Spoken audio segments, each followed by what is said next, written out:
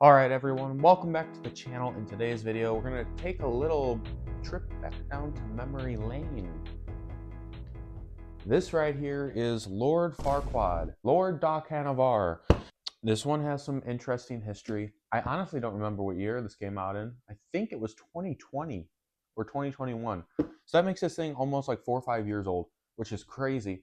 I bought it brand new back then. He was an online only animatronic and he has some interesting history. I think he originally was supposed to be released way back in 2014, but was shelved for the longest time. And this was made by YJ Toys and Crafts, and it's honestly one of my favorite companies that Spirit Halloween has their animatronics made by, mainly because of the detail and the latex making. The sculpting is like, we have so many good characters that come from this company. A lot of great characters come from this company. And this one, this animatronic, to me, screams vintage Spirit Halloween, even though it's modernized. It's a modern animatronic. It has updated designs and stuff, but just looking at the character, it just looks like something that would have been with old Spirit Halloween. But it's very basic. It's an easy setup as well. He originally retailed for $180, which I think is fairly, it's fair. It's a fair price. Lord Dakhanavar, let's get you closer here. That's crazy. So he is like a vampire, and he's like in his like bat stage, like humanoid. Like you can see he's got the wings of the bat. It's very a very clever idea, but there really is no setup to this thing at all. It's, you just pull him out and he's basically ready to use. He has this like protective layer of cardboard here, but that's basically it. He also has his adapter in his white box. Anyone interested, I'm sure it's like a 6-volt 2 amp. Yeah, it says it on the box, 6-volt 2 amp. But you just take off these pieces here,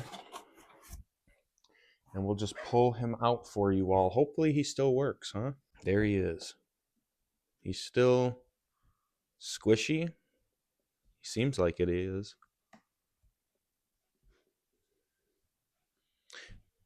But he is like foam-filled latex, mainly. But look at that. Look at that character. Just, maybe that's a good idea there. Look at that thing. You just love the detail work. Like you got his veins like actually embossed out of the hands.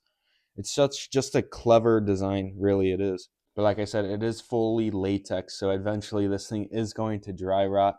I low-key wish I knew about the dry rotting issue before I purchased this thing, because I probably would have tried to take some better care of him. But I think he is overall in decent shape. You can just see how eerie he looks. His blacked out eyes are really scary as well. He also seems to have some paint fading on like the eyebrow and stuff, and there's also a rip right here. I don't know if that's always been there. It almost looks like a patch job that didn't really go well from the factory. I've never noticed that though. Maybe I'll try to patch it up myself. There's only one last thing to do, and that's to hang him up. I'll go do that right now. So he has a hook, just like all the other YJ. Like you have Bloody Bag of Jokes, and who else do we have? Zombie Bait and Cocoon Corpse, I think, are the ones. But he just hangs by a hook, and that's it.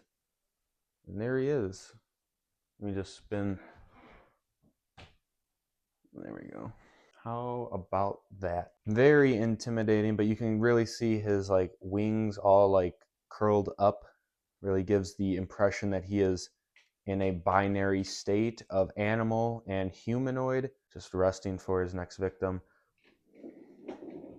Since he sits upside down, a lot of the textures and stuff are also painted in that fashion to be more appealing, because he's supposed to be upside down like this, so you can see all the details a lot more easily when you're facing like when he's facing upside down is what I guess I'm trying to say here.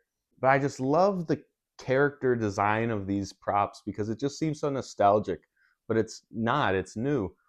I get the same feeling with the Toothy the Clown, because he's also made by this company, but we just don't see foam filled latex items that much anymore. But there's really one last thing to do, and that's to plug it in. Hopefully it still works, right? But you can see the control box is very generic. Are you kidding me? I don't think we're going to be able to work on him today. I don't think we're going to be able to plug him in just yet. What an inconvenience. Let me show you here. For some reason, for some odd reason, his adapter jack plug is just gone. It's not in there. And I could try to shake it around, but I don't think I'm going to figure that out. So I think what we're going to have to do, unfortunately, is take out this control box and try to see if it like fell in there at some point or what. But that is quite a little bit of a setback. Shall I go ASMR mode for you all? I'm kidding. I'm not going to do that. I know some of you like it. I know some of you don't like it with those restoration videos I do. But it's just trying something new. And like I said, I think I said it in one of the descriptions. If you don't like the video, just give it a thumbs down. It lets me know if you enjoy that content or not. But if you also really enjoy it, give it a thumbs up. And I guess it's just a majority wins sort of scenario. But I would love to hear the feedback. At the time I'm filming this, there's another video, another in that style that's going to be coming out soon enough. I don't know if it's going to be out by the time that like this video gets published or what. I might have to take off these arms. I don't know what these are for, but I'm scared to find out the hard way.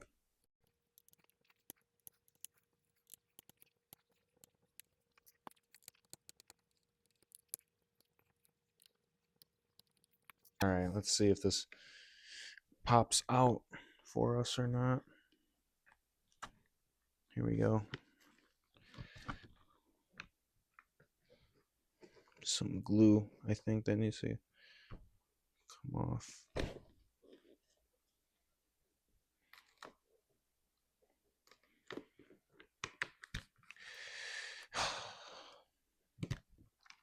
Now I'm taking off. Can you even see this? Yes, you can. Trying to gently pry out the circuit board here. Where did the adapter port even go? It's just gone. How does that even happen? This has got to be the biggest idiot move I've made in a long time, guys.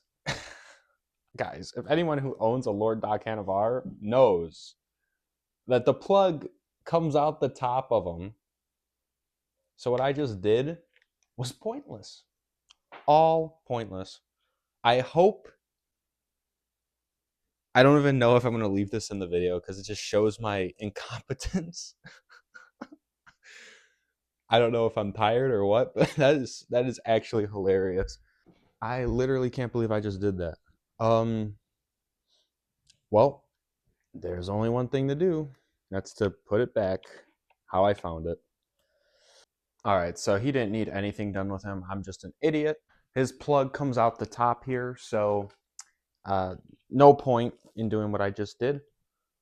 But it's okay. It's fine. Lesson learned. Don't be an idiot like me. Let's plug him in, see if he works still after that debacle.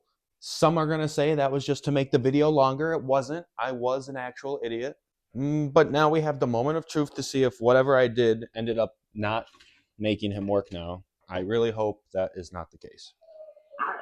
Nope, he's working. He's fine. Okay. Crisis averted.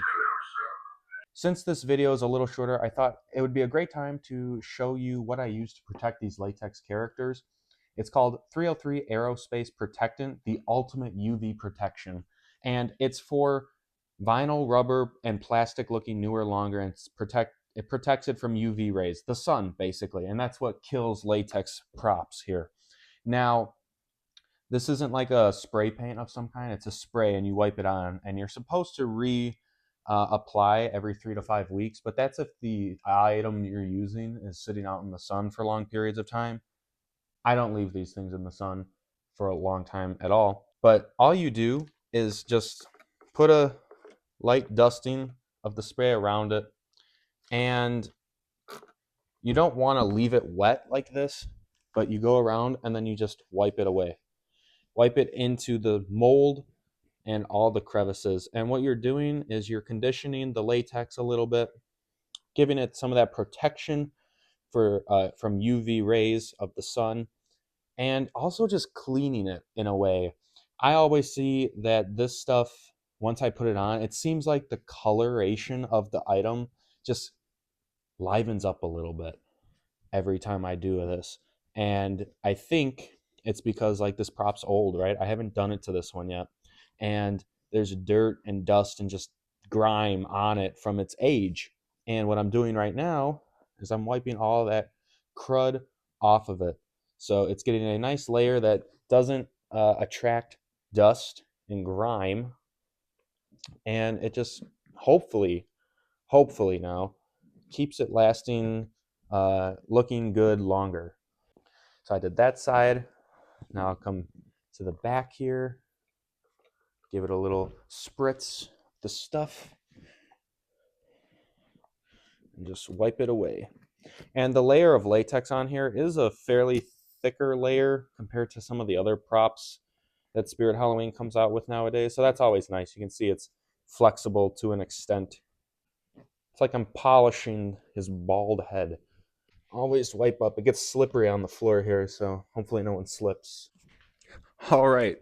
A video that was only supposed to take like 10 minutes to film is now taking me upwards of an hour. But let's see his demo here. Let me just change the mic setting. No, wrong one. There we go. No, step back. No, wait. Come closer. Much closer. Let me breathe in your blood.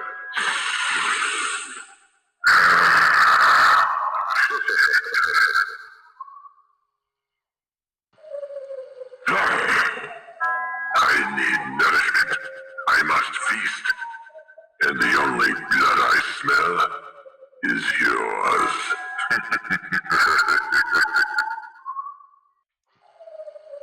No, you should not have come here. Now I will follow you until you give me what I need. Blood.